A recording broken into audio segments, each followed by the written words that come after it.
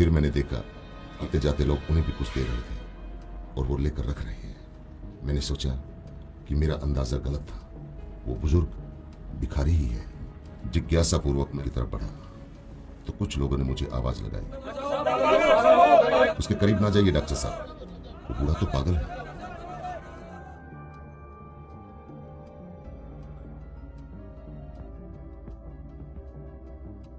बाबा, आपको कोई शारीरिक प्रॉब्लम है क्या? Good afternoon doctor. I think I may have some eye problem in my right eye. इतनी बढ़िया अंग्रेजी सुनकर मैं चौंक गया। फिर मैंने उनकी आंखें देखी, पका हुआ मोतियाबिंद था उनकी आंखों में, और मैंने कहा, बाबा आपको मोतियाबिंद है? Oh cataract. I had cataract operation in 2014 for my left eye. बाबा काफी पढ़े लिखे लगते हो। पढ़े लिखे।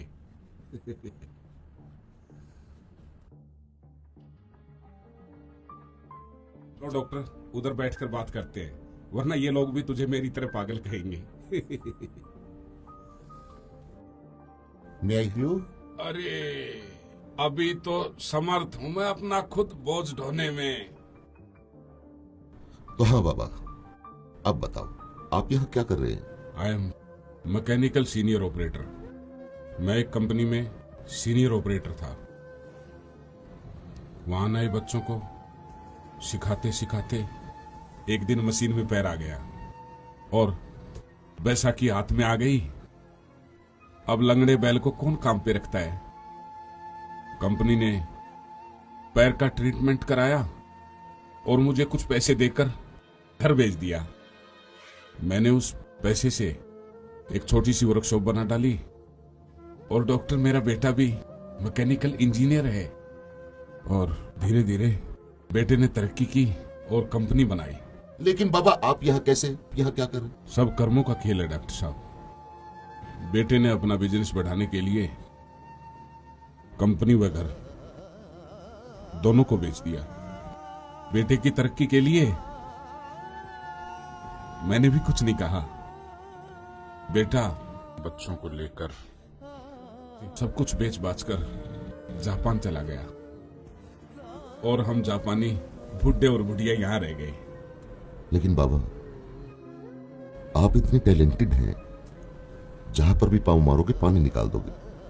आई means you can do everything in your life, but why? You better know. कहां से मारूं पैर, कैसे? मेरे कहने का मतलब ये था कि आपको अपने लाइन का इतना एक्सपीरियंस है, so you can do everything. आपको कोई भी नौकरी दे देगा। यस डॉक्टर, इसीलिए मैं कंपनी में जॉब करता हूं और वहां मुझे पूरे 8,000 तनख्वाह मिलती है। आप यहाँ क्या कर रहे हो? बेटे के जाने के बाद मैंने एक छोटा सा घर किराए पे लिया और मैं और मेरी पत्नी दोनों रहते हैं। उसको पैरालाइजिस है। 9 से 5 मैं जॉब करता हूं और 5 से 7 यहां भीख मांगता हूं। फिर शाम को तीनों के लिए खाना बनाता हूं। 1 मिनट, अभी आपने बताया कि घर पे आप और आपकी पत्नी है, फिर ये तीसरा?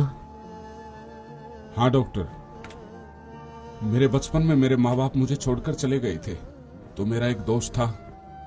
उसकी माँ ने मुझे पाला पोसा, पढ़ाया लिखाया और अभी 2 साल पहले मेरे उस दोस्त का हार्ट अटैक से निधन हो गया। 95 इयर्स ओल्ड उसकी माँ, जिसका कोई नहीं था, और उसको मैं अपने साथ घर ले आया और हम सब अब उनके साथ रहते हैं। बाबा आपका बेटा आपका सब कुछ ले गया, आपको रास्ते पे ले आया, ठोकरे खाने पर मजबूर कर दिया, आपको गुस्सा नहीं आया? नो डॉक्टर, अरे वो सब उसी का तो था।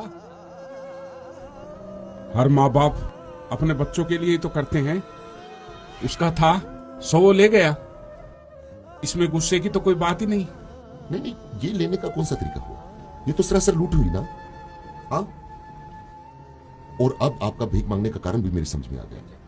8,000 रुपए में आप तीनों का गुजारा नहीं होता, इसलिए आप यहां आते हो। नो डॉक्टर, 8,000 रुपए में मैं सब कुछ मैनेज कर लेता हूं, खाना पीना। लेकिन जो मेरी माँ है ना, उसको ब्लड प्रेशर और शुगर है, कंटिन्यू उसकी दवाइयां चल रही हैं। बस 8,000 रुपए में मैं वो दवाइयां मैनेज नहीं कर पाता, इसलिए मैं 5 से 7 यहां भीख मांगता हूं, जो भीख में पैसे आते हैं। और हाँ डॉक्टर, मैं पैसों के अलावा भी स्वीकार नहीं करता। जो भीख में जो पैसे आते हैं, मैं मेडिकल स्टोर वाले को जमा करा देता हूं हर रोज, और वो मुझे महीने भर की दवाइयां दे देता है। किसी दूसरे के माँ के लिए आप यहाँ हर रोज भीख मांगते हो? हाँ? नो डॉक्टर, किसी और की नहीं, वो मेरी अपनी माँ से भी बढ़कर है। बचपन में उसने मुझे पाला पोसा, मेरा बहुत कुछ किया। अब मेरी बारी है ना, मैं भी उसके लिए कुछ करूं। मैंने उन दोनों से कह रखा है कि 5 से 7 मुझे एक काम और मिला है।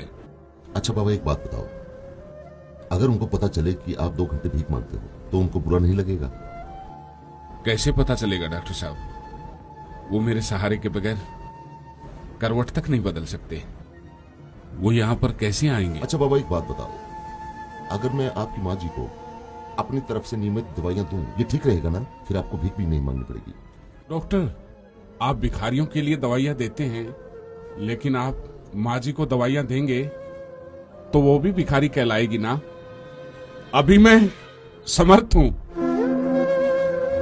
मुझे कोई भिखारी कहे तो चलेगा, लेकिन माँ जी को कोई भिखारी कहे ना, वो मुझे मंजूर नहीं। डॉक्टर बाबा, भिखारी को डॉक्टर समझकर नहीं बल्कि ये भाई समझकर आई रिक्वेस्ट यू, प्लीज ये दवाइयां स्वीकार कर लीजिए। डॉक्टर, मुझे इस रिश्ते में मत बांधो, एक गया है छोड़ के, कल को अगर तुम भी चले गए, मुझ में सहन शक्ति नहीं है। खुश रहो बेटा तुम। अच्छा, अब मैं चलता हूं, मुझे घर जाके अभी खाना भी बनाना है। शब्दों से तो उन्होंने मेरे द्वारा पेश किए गए रिश्ते को टुकरा दिया था, लेकिन मेरे सिर पर रखे उनके हाथ के गर्म स्पर्श ने मुझे बताया कि मन से उन्होंने इस रिश्ते को स्वीकारा था।